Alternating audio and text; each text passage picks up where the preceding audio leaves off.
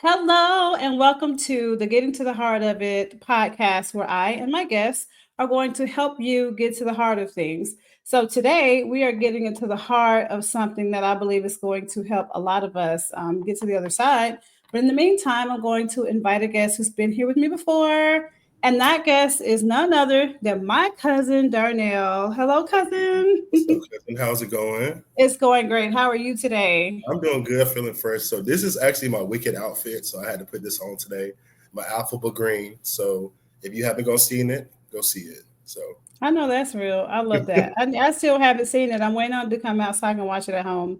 I Make it mean, easier. it's long, so there'll probably be a lot. It's a long movie, but it's great. It's great. Yeah, I remember you telling me that. So yeah, I'm gonna have to wait till it comes out, or until it's on matinee or something. Then I won't feel so bad having to run in and out. Yeah, indeed. All right, so you guys, today I'm excited because of the topic we're going to talk about. My cousin and I have never spoken about this topic before, so I believe we're going to get a lot out of this. And the reason I like speaking with him, and the reason I want to have him on this podcast, especially for another time, is because we always get into podcast worthy conversations. So today we're going to talk about feeling misunderstood. How in the world do we get to the heart of feeling misunderstood? Why we even feel that way? How we can stop feeling that way, etc. So, cousin, do you want to start us off, or do you want me to say a few things? I think you can start us. I think you got this. You're gonna start it off, and I'll jump in, and I'll roll with Okay. Paul. All right. So, first off, there was times in my life where, of course, I felt misunderstood. Like, for example, my first name is so unique. You can see it on the screen. I am Denise Boyd. It's my married name. My maiden name is on Facebook, but not on here. But here's the thing: growing up, y'all, my mom's name's Rhonda, dad's name is Donald, sister Sheila. They all have simple names, and I'm the one that had to get the weird name. So I felt like I was just like a thorn that was just sticking out, hurt, not necessarily hurting people, but thorns aren't always the most fun things to have to prick your finger on. But I felt like I stuck out, maybe like a sore thumb. I was a little different. And I realized that it wasn't me really just feeling misunderstood. I, and this is just me, I believe now that instead of it was me being or feeling misunderstood, it was me not understanding myself. That was deep. That was deep. Okay. I didn't understand me. So oftentimes when we're around people and we feel like though they don't misunderstand us, I really believe that the heart of that is that we don't understand ourselves. And I'm gonna jump in because I think that's so funny. So like people on the podcast aren't like, so we're cousins. I don't know if y'all picked that up by now. We're cousins, we're family, and with the name, it's a funny thing because with Denise's name, we all have similar names. So even though her name is Denise, my name is Darnell, but also my name came from her dad's name because his name was originally Darnell, but he changed it to Donald. But even though my name is Darnell, my mama always called Denise Darnice. So we so we all just intertwined with these names. So yeah, so yes. I love you for bringing that out, by the way. And that even things like that can cause us to feel misunderstood, because for a long time, I'm going to be honest, when your mom used to call me that, I kind of shrunk Oh, because I'm like, well, she knows my name. She knows how to say. She can say her brother's name, Dunn, but she can say Dunnies. I don't know. So dang, and I just realized I felt that, man. Like the 7-year-old me was just started to come forth. So I was really, wow. I didn't realize that I was sad about that. I felt kind of hidden. Wow. but Whew. yeah, but also like cousin, and I hate to hear that, but also like yeah, same here. Like my name is different. I didn't know many Darnells growing up, and it's different. But I think like the thing about it was I learned to appreciate it as I got older. Once you get older, you start to embrace the things that make you unique. I think Mm. as a child we like to conform, like to be like other people, but once we get older, we realize that those different things are kind of cool to have a different name and have something that's different and not like everyone else. So I'm glad you said that because I realize now that my name pretty much is a sign. I swear it feels like a sign from heaven that I'm set apart, mhm, because there are no carbon copies. No one alive or has ever been alive has the same set of fingerprints. mhm, No mhm, carbon copies at yes. all. And the crazy part about feeling misunderstood based off whatever it is in your life, what I've noticed is that we misunderstand ourselves because the information that we have received, especially as children, has not been at our fault. It was just our parents are the ones taking care of us. And I'm not saying that our parents are wrong for anything that they've done, but what we have ingested, what we have taken in through our systems, to our brain, to our subconscious and conscious mind, has formed who we are. And we didn't have anything to do with that. And so oftentimes we don't truly know. We think we know who we are, but we don't really know who we are. We're misunderstanding ourselves because we didn't even have any say so into what a lot of those things were that we had to take in.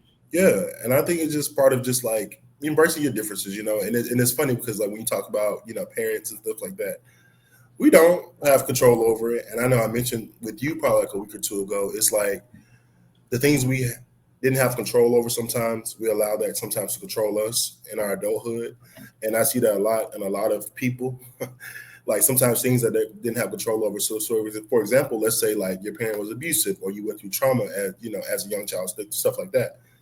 You had no control over that. But some people allow that to control them and control their entire life and to control their adulthood and to never let it go.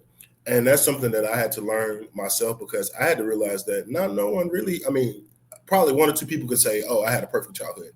But no matter who you are, where you came from, what color, what gender, everyone has had something in their lives or their childhood that has affected them in some way that was not positive.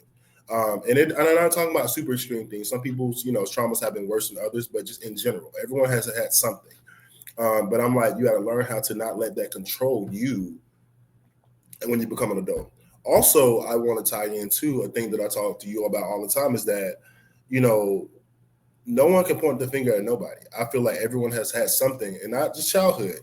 Everyone has something that they're insecure about, afraid of, something they don't like about themselves, something that they wish they can change. So it's like, don't point the finger. Like, unless you're perfect and you got everything together, cool. But everyone has had some sort of situation, some sort of thing, some sort of trauma, some sort of, bump in the road in their lives. No one's life has just been perfect. And even the ones that try to make their lives seem like it's perfect, they It's lying. not. So they lying. Man, that was a lot, but that was a good lot because what you're pretty much saying is that when you start to point the finger at someone else, it automatically comes right back. Yeah. It comes right Yes. back.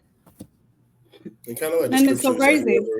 whoever the first stone scripture, and you probably know the verse better than I do, but the first stone, whoever is, I think it's whoever's without sin cast the first stone. Hmm.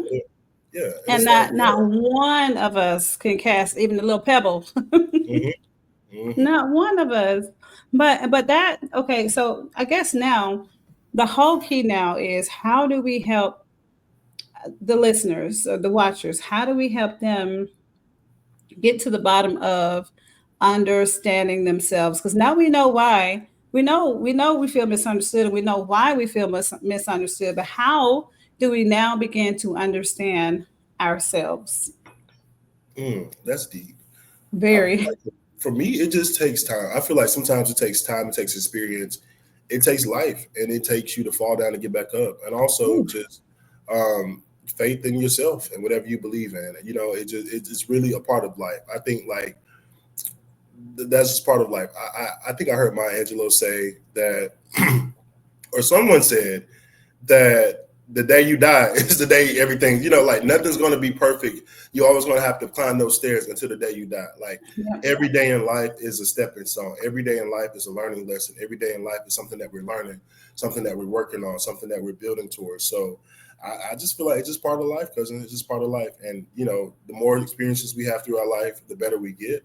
But no one really has it all the way together. No I'm one so really. glad you said stepping stones because there are a lot of people, especially in the Christianese, not because I believe that there's a way to be Christian, but then there are some people who kind of take different things and make it not really what it is. And they say, and I was one of them. I'm going to be real honest. I was one of them. I would call them stumbling blocks. And I'll never forget the principal I worked for at the time. He said, no, those are stepping stones. But oftentimes we see those stumbling blocks. I mean, we see those stepping stones as stumbling blocks, which they're not. They're not stumbling blocks. They're just helping us get to the next step, which is to me so important. But for me, these are things that I have done. Like you said, live life every day. One of the ways that I live life every day and try to get away from the old way I was doing things, the old programming that was given to me without my control, is I try something new every day. For example, I'm right-handed. On here, it probably looks like I'm left-handed. I don't know, but maybe drink it with my left hand. Practice. Yeah, just simple things, just simple changes, and just and I learned this through like different books that talk about different 12 steps and things like that. It's just those simple changes, those daily changes, just a small thing each day can lead Yeah. to a big step. Like just simple things, like you said, just changing something to your left, to your right. Just simple things in your routines, changing those Because when little you deep. change things, that's how you start to figure out, oh, I like this or I don't like it. And one of the things I always tell people, like people say, oh, I try anything once, I'll try anything, and I say thrice. And when Mm, I say thrice, that means 2 to 3 times. Because sometimes the first time you may hate it, the second time you're like, dang, maybe it wasn't so bad. And the third time you realize, oh man, mm, where has this been on my life? And mm, one thing I do, like in my little journal I made, I have something where it says trying something new, and I literally write something in there for me to try something new. And something else, though, that makes it so easy for me to kind of go to the next level is I have an affirmation for myself every day, and mm, I recognize my wins. First off, there are not, no one has ever told me in my family growing up, I've never heard this, even in school. I don't recall hearing anyone say, oh, it's very important for you to recognize your wins. Have mm. you? No, no, like that's interesting. No, like now that you said that, like, but that's something I had to figure out for myself. Yep. In my late 20s, I had to realize that I have to, recognize my wins and also the small wins. And I also heard, and I can't remember what book it was because I read so many books. I'm an educator, student of life, so I read. But it was one book, and it was talking about how like we have those public wins or those public wins, but also we have those personal wins. And I think like having those personal wins are just as important to have those public wins.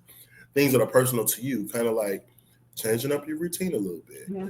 That's good. Checking off this daily goal. I want to do something for every day this week in the morning. Checking just personal things because I think sometimes we get so confused about having public wins and wanting people to see them. Yeah. And sometimes the most important ones are the ones people don't see. And I think we get that twisted. People just are so focused on what people see and looking good for other people, but you got to kind of do that for yourself. And once you get yourself good, then you can start working on those public wins. But I'm like, the public wins don't matter if those personal wins aren't there. So, Oh, that's good. That's good. That's so good. But it's so interesting because in our world, almost everything we do seems like it's competitive. It's almost competition based, at least right here in the Western world, in the United States of America. And I think that's so crazy. But the craziest thing I think, and you will probably be able to walk with me through this because you are an educator. And one of the biggest plights that I see, or the problems, not necessarily a problem, but one of the things that I think is a disservice to, was one to us, and now is one to the kids who are being taught at this moment, is that we tell the kids what to learn. We don't normally teach them how to learn. mm, Or we'll tell them what to learn, but we don't even tell them or help them figure out who they are, because I feel like when you know who you are, you can kind of figure out what you need to learn. mm, Or if we help figure out who our kids are, like my dad, he would always say, so for some strange reason, he would find a way to get my kids to do whatever it is he needs them to do. They would be kind to each other, all those things, but he would always say that he went to the school of them. They mm, come to school, but really it's us who need to go to the school of them. mm, And so he went to the school of them, and that way he's able to figure out, who they are, how they are, and how he can interact with them in a way that serves them and him. mm. And that was amazing to me That's because deep. we don't have that, and because we don't have that, that's how misunderstanding starts too. So I do believe that misunderstanding can start in the home. Oh yeah. Because Oh if yeah. you don't understand who your kids are, what their gifts are, what they really like, what they don't like, instead of just forcing them to do something because you want it that way, then we have a problem. Yes, indeed. Indeed. And you always tell me, the apple doesn't fall far from the tree. Oof. And kind of backing, kind of adding on to what you said about the teaching, just being a teacher, also I noticed that, we're that first example sometimes too. And I had to learn as a teacher that these kids are watching me. Yeah. So I got to practice what I preach. I can't tell them to be nice and do things like this. And they watch me being, like nasty to people or things like that, you have to be mindful of your actions. And not Oh just yeah. in the classroom, but just children in general. Children are very impressive. And even when it comes to the household, I firmly believe that in the household that parents are the first examples that kids look at to what to be in life. And a lot of parents don't realize that. A lot of parents, they don't realize, that, practicing what you preach as well too. And just growing up, and I told my mom that too. I was like, Mom, you know what? Like, I realized that, with all these kids and just kids in general, that parental, those parents are the ones they're looking up to, and those are the ones that are modeling. Okay, this is how I should be, because kids don't know; they're fresh into the world. And so I think a lot of parents, and I'm not preaching to the choir because I'm not a parent. I'm just a teacher. So, but I'm just saying from what I can see is that, like, you have to practice what you preach when you are involved with children and trying to, push them in the right direction, because a lot of people really aren't. I just see a lot of parents that are just being very neglectful, very mean to their kids, very just kind of abusive in a way, and then they're wondering why their kids are acting out or doing something. And I'm like, well, it's like it I got starts. a question to ask on that, if that's okay. Yeah, yeah. So you, without even meeting the parents, sometimes can you kind of tell how the parents are based on how the child is Oh yeah, oh all yeah, day? oh yeah. Like, oh yeah. And I mean, and the thing about this is just like I just see it. I'm just seeing it. I'm not gonna get too deep because I don't want nobody coming on here and be like, "You talk about my child? Why you?" Like? So but I just want to leave it at that. Yes, I do, and sometimes it's a good thing, sometimes it's a bad thing. But the thing do want to say on a positive note is that the parents who work with their kids, the parents that put in that time with their kids, it shows in school. Because I have a lot of kids that are, that are academically good, and when I Yeah. talk to their parents, they're the ones to be like, okay, yeah, we're working with these kids. It shows. And then there are some kids that really can't even write their names. And then Because parents, in my opinion, parents are the kids' first teachers. yeah, exactly, exactly, yeah, exactly, And exactly. then I do understand that there are moms, because I was a single mom at one time, but the best thing for me was that I actually had support. But there are some single moms that don't have support, and so they have a hard time doing that. And unfortunately, and this probably be another podcast for another day. Unfortunately, we are in a time of culture and society where it is so great for us to be independent. But why in the world would there be so many of us if we could do all this by ourselves? Mm, you know yes. so I believe that we should all truly literally have a village, but the problem is we don't even know how to create villages that work for us. We Mm-hmm, don't even know how to be a good villager sometimes mm-hmm, mm-hmm, because we haven't been taught that, and so we're also often misunderstood because we don't have that village around us that can be like, oh, I see where you are, let's see if we can help you get to this spot, because right here it's not good for you. And instead, okay, so I'm kind of going off on a tangent, but what I've started to notice is that there are so many of us, and I'm not trying to pick on my own people, but a lot of us, and this could have come from what we've gone through, are dysregulated. Our emotional, our nervous system is so dysregulated. And I believe that a dysregulated nervous system is almost like a pond or a river or even an ocean of confusion. And that ocean of confusion also keeps us from being able to understand who we really are. And it makes us feel as if other people don't understand us because our emotions are going all over the place because we think no one understands us, but it's really us. We're mm-hmm. not regulated, so we don't understand us.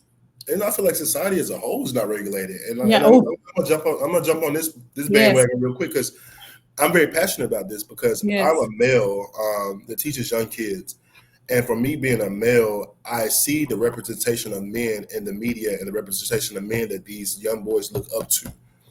And for me, I see a lot of these kids that look up to, and I might sound like a hypocrite because at one point I listened to rap music, so it's cool. But I see all these young kids that look up to these rappers and these gangsters and these people that society's putting all of this, giving all this money to. And they're looking at them like, oh, well, they got money, they're successful. That's what I should be. I should be someone who raps or somebody that, does illegal activities or someone that is a gangster or something like that. And it's so unfortunate because I have so many young kids that look up to that and that's what they want to be. And thankfully, I have one kid this year, And thankfully, and it was such a it touched my heart so much because he told me, he said, "Mr. Milton, I want to be a teacher just like you." Aw. And it almost brought me to tears because it shows that I'm doing something right, because that's my goal, to show kids, hey, you don't have to be in the streets. You don't have to, be a gangster.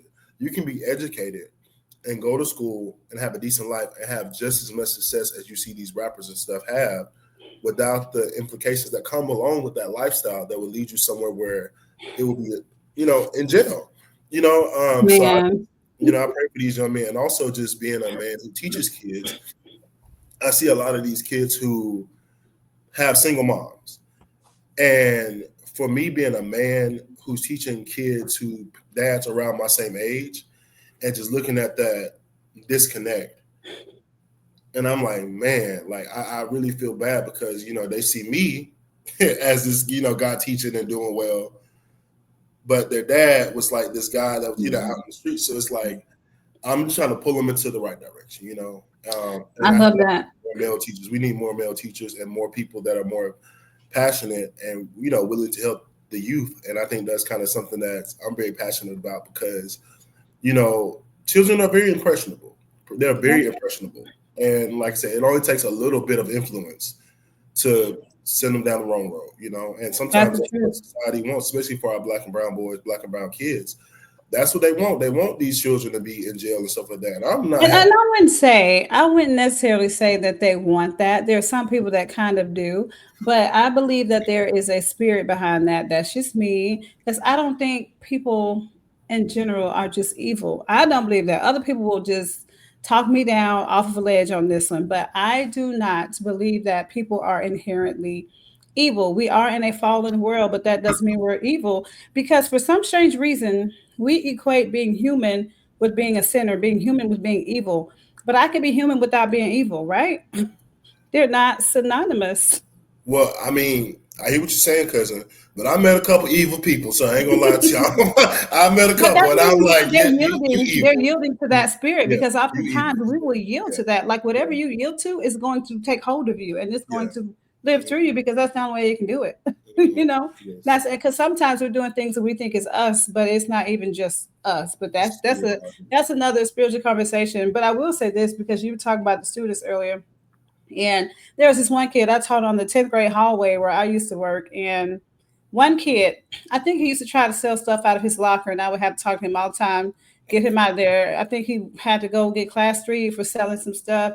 And then apparently, I don't know what was going on in his life behind closed doors. I don't know.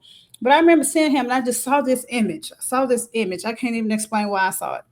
But I saw it, and it was him either on the corner selling, you Mm-hmm. know, Mm-hmm. stuff, selling Yeah. stuff he probably shouldn't, don't have the right to sell. And then I saw another image where he was like in a suit and a briefcase, and I kind of explained it to him. I said, "Look," and I'm not gonna say his name, but I was like, "Look, I had this image of you." I said, "I saw you either on the corner selling some stuff, and then I had another one of you in the business suit with the briefcase." And I was like, "But the key is, you have to Yeah. decide which one you want." You have to make that choice. You have to make that choice, and I think that's where that's what it comes down to. Is like a lot of these kids, they have to make these choices. It's up to them. But I think part of the issue, and I wouldn't call it an issue, but I think part of the reason or part of the influence is that we have children raising children. Oof. We have these people who really aren't people that aren't making those choices already, don't know how to make those choices, like you said, and having children. And it's like, okay, but if you're not able to make that choice in which direction you're going in life, how are you going to help your child or even help your child to push them in the right direction? So, Look, I'm so glad you said that, because you said children raising children, and that's so true. But one of the things that a lot of us don't know, us in the education space who kind of understand this, that kids, their logic does not start to form until they're about seven-ish. yeah, And I don't think it fully forms until they're somewhere between like 25 and 30. that prefrontal cortex, yeah. Yeah, Hmm. they're prefrontal. So they have a hard time making things logical, but then we have a hard time being creative. But I believe that it is our job to to understand ourselves and understand them by bridging the gap, finding ways to work together so that they can help bring the creativity out of us, and we can help give them some logic. While and make a good bridge, make some balance out of it. Hmm. Hmm. I agree, cousin. I agree. And it, like I said, teaching is not for the weak. Ooh. because it's a big responsibility. Like it's a big responsibility, kind of, and we don't get enough credit. Like I said, just being a teacher, we go through a lot. We don't get enough credit, and because some parents, they just really depend on most of us for us to do most of the work. And I'm Oh like, my I God. can't do it all here. Like I have 25 students I'm taking care of. You got to put some work in with your child at home. I can't do it all here, but some parents they do, and I'm like, it's not for the weak. It's not. That is so true. I'm so glad you said that because there there are too many educators who get into education for the no nights, no weekends, and no holidays and no summer. Hmm. Yeah. And they don't get into it really for the kids. Like one of the things that I noticed about me was that I was more apt to trying to understand my kids on the level that they were. But there were a lot of teachers who would just come and say, "Oh, this kid did this kid did that," and so they gave them a label Mm-hmm. instead of trying to really figure out why this kid did this, why this kid did that, you know. And to me, that's a problem. And it's so funny because those teachers who would tell me those things about that kid wasn't the same with me. Mm-hmm. They were different. Mm-hmm. Yeah. Not sure why, but my kids used to call me nice mean. Hey, Miss Boy, you're nice mean. I'm like, okay, because I have those boundaries. I have Yeah. boundaries, and there are things I won't let you do. Like there's this one time, and I think I told you this before, where this kid, I was already talking to one kid about something, and then this other one come and he's trying to have a whole conversation with me while I'm having a conversation right here, and logically he didn't, I don't know, it just didn't come together to him that I needed to talk to this one first, and so I was like, I told him, so give me a second. I said, hey, I'm on line one. But as soon as I get off, I'm gonna get back with you. And then Mm-hmm. finally, it clicked for him because sometimes we need images. Almost everything that we say will cause an image to come across the screen of your mind. And then there's this other time, and this is how I help people understand me and what I'm feeling, what I'm going through. There's this one time where this kid kept asking me for something. I had already told him no a couple times, maybe three times. And finally he asked again. I say, sweetheart, I'm done with this conversation.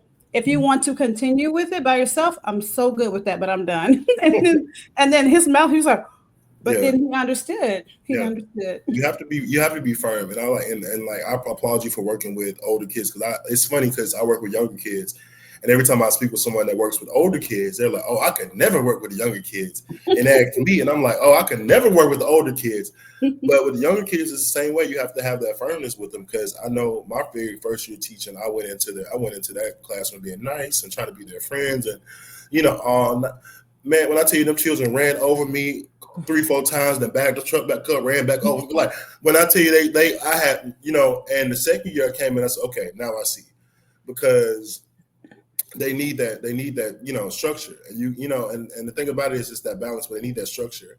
And it was funny because I do have a story. I know I told you this. I might have told you I this, want to but hear I it had a again. teacher, yeah, a teacher that was coming in the classroom with me, and she was coming to help support me. And she was like, "Yeah, I'm excited to come into the room because you seem very nice." And I said, "Yeah, to you, but to these kids, I don't play." I was like, "Yeah," I said, "I don't to them, I don't play," because I'm like, you have to be firm with them. And my mom always tells me that my mom says children loves discipline and like structure, but they don't know it. Yep. And the more she tells me that, the more I see it in the classroom. And I actually saw that this week being at school too. Someone had shouted out somebody at my on my team, and they was like, "Yeah, I noticed that like when you're very firm with the kids, you get really firm with them, and then all of a sudden they want to go have lunch with you, but like because I see that, so it's just like kids, they need that discipline, they need that structure. But cousin, I tell you, I applaud you for those older kids because it's kind of harder to get them back on track because they're already just made up their minds who they are already. They But already. but see, but that's why we have to go in there knowing who we are, understanding who we are. Because if you're going in education or almost any job where you have to work with other people, if you don't know who you are, you're gonna, like you said, be run over by the truck. They're gonna bag it up and run back over you They again. will. They will. It's gonna happen. So that's why it's so important for you to get over the fact that you feel misunderstood and decide how you're going to start feeling understood for yourself. Because once you feel understood, then you'll be able to communicate that better to other people. Hmm. I Hmm. truly believe that. Because like sometimes when people come at me with crazy stuff, like for example, parents, oftentimes parents used to come up to the school I taught at and they would go back and forth with other teachers all the time. I've never had that issue. Mm. Because first off, I'm not going back and forth with it. I don't, there's some kind of energy I would never match. And that is an energy that would destroy anything or anybody. I Hmm. don't match that kind of energy. I don't have time for it. But I ask questions and I ask different questions. I have to make sure that I'm asking the right questions so that I can get to the heart of what they're where they're coming from. And once I get to the heart of it, they're like, "Oh, thank you." And they call me. They sometimes they would check on their kids, or we see each other in the store. I even still see some of my kids' parents that come in the store sometimes, and I'll see them while we're in there shopping together. But I really believe that it gets to get it to the heart of who you are, so that you can also get to the heart of helping people to know who they are as well. Yes, yes. And I think it's so funny because when you talk about your students, I think it's so funny because, just being cousins, we're so connected because this is funny because, I know most of your students. And I'm just going to put this out here. Out here. Yeah, most of these students, like I've worked with them in jobs. Yeah, work most of them, a lot of them. I worked with them when I worked there, like Chick-fil-A. I had a couple of your students that they was like, oh, Miss Boyd. I was like, yeah, that's my cousin. No, but it was, I think it was before you was Miss Boyd. I think it was Miss Milton. I was like, you didn't realize we had the same last name? And yeah, so it's just so funny because we talk about your students. Yeah, I was like, yeah, I know a couple of them. And we had conversations about a couple of them, but cousin, you did what you needed to do, and I really love your impact of what you did with your students and stuff, and it was inspiration, and even like with your mom too. And I think it's so crazy because I never saw myself being a teacher, and once I got into this field, I was like, dang, like I never saw myself doing this, but it's just trickling down to just the tree, the family tree, from your mom to you to me. And I think But you know what though? It's not even just trickling. The crazy thing I believe is that it's not. It was us being very purposeful. yeah, First off, the gift and the talents can trickle down, but in order for us to make the impact we were called to make, we have to be purposeful. We have to do it on purpose, intentionally. yes, I yes, believe that. I agree, cousin. Oh, this has been so good. So well, sorry y'all who are watching this. We have been on Yeah. here for over 30 minutes, but I think that every second of this has been worth it. Is there anything else you want to add to the end right quick, cousin? That's good. I'm just happy to have this conversation with you, cousin. Like I said, these conversations are always good to have, and I'm just happy now people can hear them because we be on the phone for hours, like No. hours, and you're always like, "Oh yeah, people need to hear this." So I'm so happy that it's getting out here now. Yeah, so we're gonna do more. There's gonna be more to come. So do not worry out there, y'all. We're gonna bring some more of this stuff to you all because I mean, it's one thing if we sit out here and we help ourselves do it, but it's not just about us because one of the things about self-awareness, and you'll probably agree to this, is that self-awareness is just not being aware of just yourself. It's being aware because otherwise that'd just be Yeah, self-centeredness. But everything. it's being aware. My daughter just came in and closed the door. But it's being aware of how you are, how you behave, what you do, what you say, how it affects the world Yes. around you. Yes. That's what true self awareness is. And so if someone say, "Well, I know I do this," I do. No, no, no. That's your self centeredness. You're all on yourself. And people think that self centeredness means that you're being stuck up or you're pompous or it's all about you, which technically it is all about you. It's selfish. Hmm. Hmm. Unfortunately, I think being self centered is very selfish, but being self aware is more like you being selfless, but you're still taking care of yourself. Hmm. I agree. I think that's so important. But thank you because I'm about to go off on another tangent. I understand. So I thank you all so much for tuning in to Get Into the Heart of It podcast. And I hope that you have all of the tools, or at least a good start, a good seed to get started and get into the heart of feeling understood because we do not want you to go another day where you don't have a tool in your toolbox to help you feel understood. Okay. And in the meantime, I will definitely be back, and my cousin said he's going to be back, so we'll get him back soon. And I hope you all have a wonderful rest of your day. Bye for now.